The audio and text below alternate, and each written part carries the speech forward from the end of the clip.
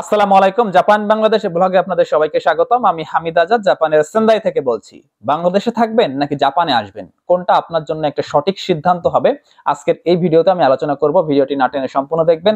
এখনো পর্যন্ত আমার ইউটিউব চ্যানেলটি সাবস্ক্রাইব না করলে সাবস্ক্রাইব করবেন। আগামী মাসের 3 তারিখ থেকে আমি জাপানিজ ভাষা N5 এর উপরে একটা ল্যাঙ্গুয়েজ কোর্স চালু করতে চলেছি। আপনারা যারা আমার কাছে ল্যাঙ্গুয়েজ শিখতে চান অবশ্যই আমার সাথে যোগাযোগ করবেন। সম্পূর্ণ জাপানিজ ল্যাঙ্গুয়েজ স্কুলে যে বইগুলো দিয়ে পড়ানো হয় আমি সেই বইগুলো দিয়ে পড়াবো। আমার উদ্দেশ্য হচ্ছে আপনাদের জেএলপিটি নাট পাস করানো না, আমার উদ্দেশ্য হচ্ছে জেএলপিটি নাট তো পাস করবেন, পাশাপাশি যেন আপনি জাপানিজ ভাষা সুন্দরভাবে কথা বলতে পারেন। এই উদ্দেশ্য নিয়ে আমি এই কোর্সটা চালু করেছি। ডেসক্রিপশন বক্সে টেলিগ্রাম এবং ফেসবুক পেজের লিঙ্ক দেওয়া রয়েছে, সেখান থেকে চাইলে আমার সাথে যোগাযোগ করতে পারেন। বাংলাদেশে থাকলে আপনি কি ধরনের সুযোগ সুবিধা পাবেন, বা জাপানে আসলে আপনি কি ধরনের সুযোগ সুবিধা পাবেন, বাংলাদেশে থাকলে আপনার ফিউচারটা কেমন হবে, বা জাপানে আসলে আপনার ফিউচারটা কেমন হবে, আমি ধাপে ধাপে আপনাদেরকে বোঝানোর চেষ্টা করব। তার আগে আপনাদেরকে জানিয়ে রাখি, আপনি চাইলে জাপানে স্টুডেন্ট ভিসায় আসতে পারেন, আপনি চাইলে জাপানে জব ভিসায় আসতে পারেন, অনেকভাবে কিন্তু আপনি চাইলে জাপানে আসতে পারবেন। এখন জাপানে আসার সঠিক সময়টা যদি আপনি আমার কাছে জিজ্ঞাসা করেন, তাহলে আমি বলবো যদি এইচএসসি পাশ করে আসেন সব থেকে ভালো হয়। যারা অনার্স কমপ্লিট করেছেন তারাও চাইলে জাপানে আসতে পারবেন, যারা মাস্টার্স কমপ্লিট করেছেন তারাও চাইলে জাপানে আসতে পারবেন। যারা অনার্স এবং মাস্টার্স কমপ্লিট করেছেন তারা জব ভিসাতে, স্টুডেন্ট ভিসাতে, মানে দুইটা ভাবেই আপনারা চাইলে আসতে পারবেন। আপনাদেরকে যদি একটু উদাহরণ দিয়ে বুঝাই, আপনি যদি জাপানে স্টুডেন্ট ভিসায় আসেন, স্টুডেন্ট ভিসায় আসার পর আপনি জাপানে এসে কিন্তু 28 ঘন্টা জব করতে পারবেন। বাংলাদেশে থাকলে আপনি কি ধরনের সুযোগ সুবিধা পাবেন, বা বাংলাদেশে থাকলে আপনার ফিউচারটা কেমন হবে, বা আপনি যদি জাপানে আসেন সেক্ষেত্রে আপনি কি ধরনের সুযোগ সুবিধা পাবেন, বা জাপানে আসার পর আপনার ফিউচারটা কেমন হবে, তো আমি ধাপে ধাপে আপনাদেরকে বোঝানোর চেষ্টা করব। মনোযোগ সহকারে শুনবেন। জাপানের অনেক বাস্তবতা রয়েছে যেটা আপনাকে মানতে হবে। আমি কিন্তু আমার ভিডিওর মাধ্যমে জাপানের বাস্তবতাটা তুলে ধরার চেষ্টা করি। চলুন কিছুটা কম্পেয়ার করা যাক। ধরুন জাপানে আপনি স্টুডেন্ট ভিসায় আসতেছেন, স্টুডেন্ট ভিসায় আসতেছেন ল্যাঙ্গুয়েজ কোর্সে। এই ল্যাঙ্গুয়েজ কোর্সটা সাধারণত 1.5 বছর থেকে 2 বছরের হয়ে থাকে। 2 বছর কোর্স শেষ করার পর আপনি যদি এইচএসসি পাস করে আসেন সেক্ষেত্রে অবশ্যই এখানে এসে আপনাকে একটা ডিপ্লোমা করতে হবে, সেটা 2 বছরের আছে বা 3 বছরের আছে। আর যদি আপনি চান যে ভালোভাবে লেখাপড়া করবেন সেক্ষেত্রে আপনি চাইলে ল্যাঙ্গুয়েজ কোর্স শেষ করে ইউনিভার্সিটিতে পড়তে পারেন 4 বছরের কোর্সে।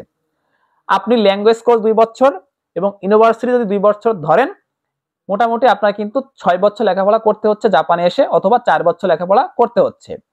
এই 4 বছর আপনি 28 ঘন্টা করে জব করতে পারবেন। এই জব করে নিজের খরচ চালাতে পারবেন, পাশাপাশি দেশেও অল্প কিছু টাকা পাঠাতে পারবেন। আপনি যদি বাংলাদেশে থাকেন এবং এইচএসসি পাস করার পর আপনাকে কিন্তু অনার্সের জন্য অ্যাডমিশন নিতে হবে।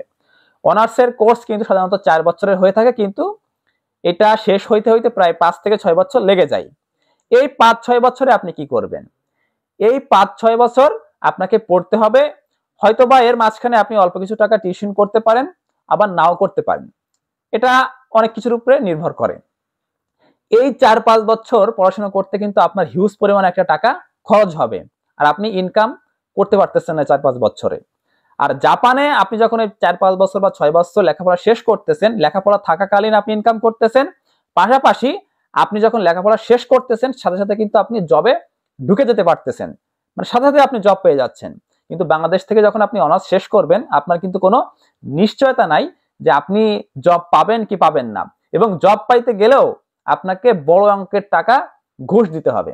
এটা কিন্তু হয়ে আসতেছে, এবং সবার কথা আমি বলতেছি না, ম্যাক্সিমামের কথাই কিন্তু আমি বলতেছি। সুতরাং আপনাকে কম্পেয়ার করতে হবে যে আমার জন্য কোনটা ভালো হবে, আমার জন্য কোনটা খারাপ হবে। এর ভিতরে আরেকটা কথা আপনাদেরকে জানিয়ে রাখি, সেটা হচ্ছে জাপানে যারা স্টুডেন্ট ভিসায় আসে তারা কিন্তু 28 ঘন্টা জব করতে পারে, তবে যখন তাদের স্কুল বলেন বা ইউনিভার্সিটি বন্ধ থাকে তখন কিন্তু তারা মোটামুটি 40 ঘন্টা জব করতে পারে, তখন কিন্তু আরো বেশি টাকা তারা ইনকাম করতে পারে।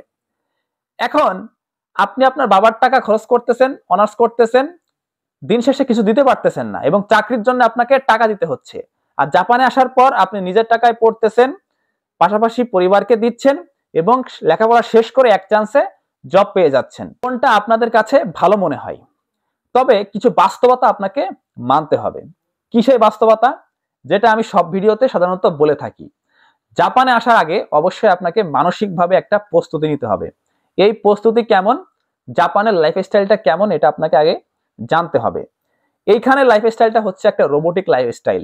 আপনাকে পরিশ্রম করতে হবে, পরিশ্রমের পর পরিশ্রম করতেই হবে। বাংলাদেশে থাকাকালীন হয়তো বা আপনি শুয়ে বসে বাবার টাকায় খেয়ে চলতে পারবেন, কিন্তু জাপানে আসলে কিন্তু আপনার মাথায় একটা প্রেশার চলে আসবে।